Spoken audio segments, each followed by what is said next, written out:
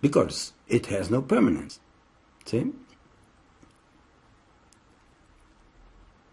Maya doesn't mean that a thing that I see does not exist. It exists for that time being. But by becoming attached to it, by identifying ourselves with it, we take it for real. See? Who was Bernard of Clairvaux? Was the question. Well, that was a French mystic. And he actually already said what's the basic teaching of the Book of Light, where the teaching leads to, you use the mind now by listening to me and by studying, but it leads you to emptying the mind. You do that in meditation. And when you empty your mind, you empty everything. You empty most of all the false views, the hatred, suspicion, carelessness, and so forth. See, the more you meditate, the more you drift towards the root spirit, where we all are united. And that's where you can't do anything evil anymore. If you can still fall back. You see, it depends on your state of ignorance and attachment. Nevertheless, try again and again. What is the Book of Light? Is it idealism, like Kant? Or is it pessimism, like Schopenhauer? Sort of positive pessimism.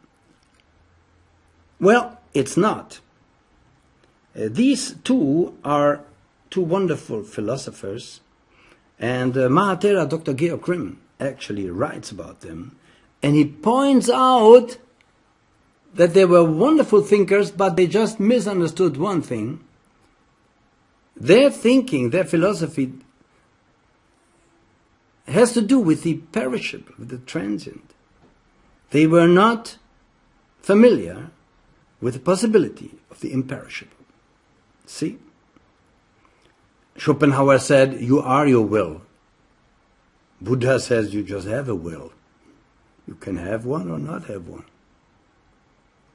See, and therefore this is the great tragic of Schopenhauer. Of course, also the Book of Light teaches you are not your will.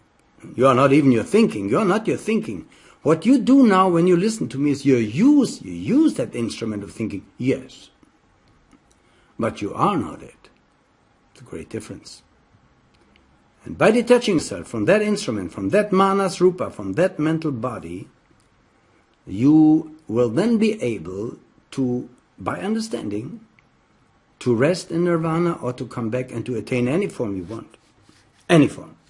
Because you have overcome it. So then, Schopenhauer said you are will. Well, then any criminal should be able to say to the judge, Your Highness, I am innocent. I couldn't do else than I did. I'm my will. Schopenhauer says. See, and this is very dangerous teaching, because then everybody who has a, let's say, evil tendency in himself, let's say, I can do anything else than outlive it, because I am that. No, you're not that. You just became for many lives attached to that kind of thinking and feeling and so forth. You can shake it off by teaching and meditation. What is the teaching of the old esoteric schools? Now, they said also that Maya has to do with Mula Prakriti, or root nature. And some misunderstand it and say Maya is real because Mula Prakriti is timeless, eternal, uncreated, as the Book of Light teaches. Yes. But you see, matter is only illusion when it takes on forms actually created by desire. And when you attach to these forms will always perish, because the nature of Mula Prakriti is harmony. What does harmony mean? In that sense, it means no form.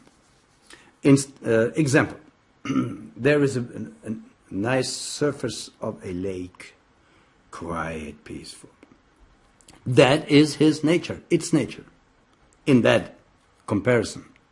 Now you take a stone and throw it in. There will be immediately waves. Will they remain? Will they stay? No.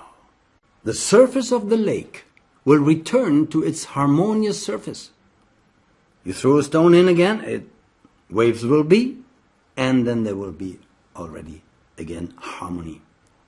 This is how Mula Prakriti is. Whenever you stir up matter, be it by birth or death, by returning into the spiritual, material world, it's like ripples on the surface of a lake and also of that Mula Prakriti. And yes, for a time the waves will be there and the forms will be there. Mineral, plants, animals, man, where are they now? From millions and billions of years. See? Always the form vanishes, disappears. All structure is made, so to speak, even. This is harmony. Well, we disturb that harmony always. Now, see, glory to the Maha Chohan and to the Book of Light. Real harmony isn't something that cannot be subject to change. It is a center. You can be and experience it at meditation. This is peace. The surface of the lake is peace. You throw in the stone, peace is disturbed for a while. What does the lake? It takes away that form. It equals it. But the substance remains, the water, the surface, in that allegory. Think about that. So when we disturb the harmony, and we do that with every birth, we disturb the harmony, this is why we must die. We are in a territory that basically is not ours. You know? We are not wanted. We are not welcome in this world. I tell you that. If we would be welcome, we would stay, we would remain. There is a sign outside the entry into this world. Do not enter. Do not pass. But we do. Good. It will be permitted to us and we will be thrown out again. We are kicked out again over and over again. What brings us back? Our desire. This is reincarnation. Nothing else. We belong to where we came from and not to where we are, dear friends. I tell you that. It's the teaching of the Buddha and of the Book of Light. And if you want to return into this transcendent and perishable world, you better study the Book of Light. In both cases, you want to stay or you want to go. You need the teaching. And this is also what we talk about morals. You see, what is morals? I tell you something, being even here is immoral.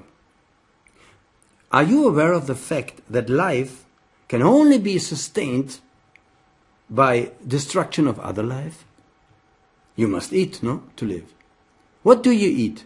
You think that which you eat doesn't want to live? You think it wants to be eaten by you? You think a nut wants to be eaten? It wants to live. This is why the shell is so hard. Just an example. You think the animal wants to die? If it would be the purpose of an animal to die, the animal would say, here, take me, slaughter me. How nice to be slaughtered. Think about, dear friends, the Book of Light goes deep. Once you have followed me until here, I think you will not be able to just let it go and say, let him talk. No. Because you see, it is good for me that you are in the net of this teaching, because it will help you. It will diminish your suffering. So, moral. What is moral, you see? Is it based on conviction? On some teaching? It is basically, is moral something that you should not hurt somebody else. But when you live, you have to. You have not only to hurt, you have to kill somebody else.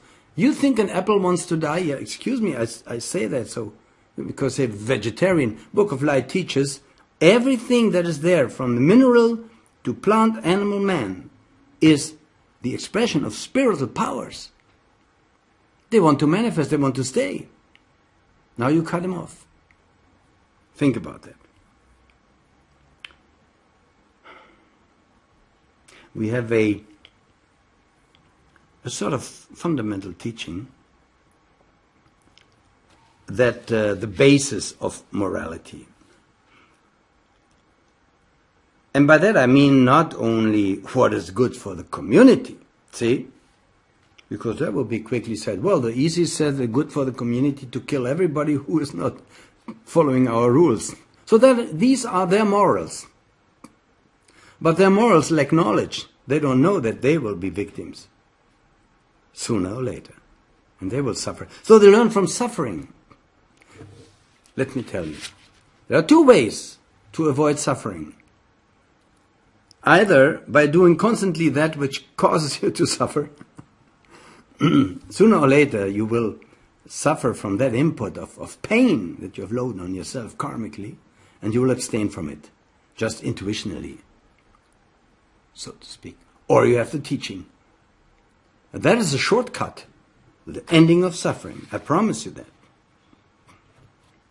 But what is morality really? Actually, it is in our heart to do the right thing, to be good to everything, to everybody. You see, how do people live in heaven after death?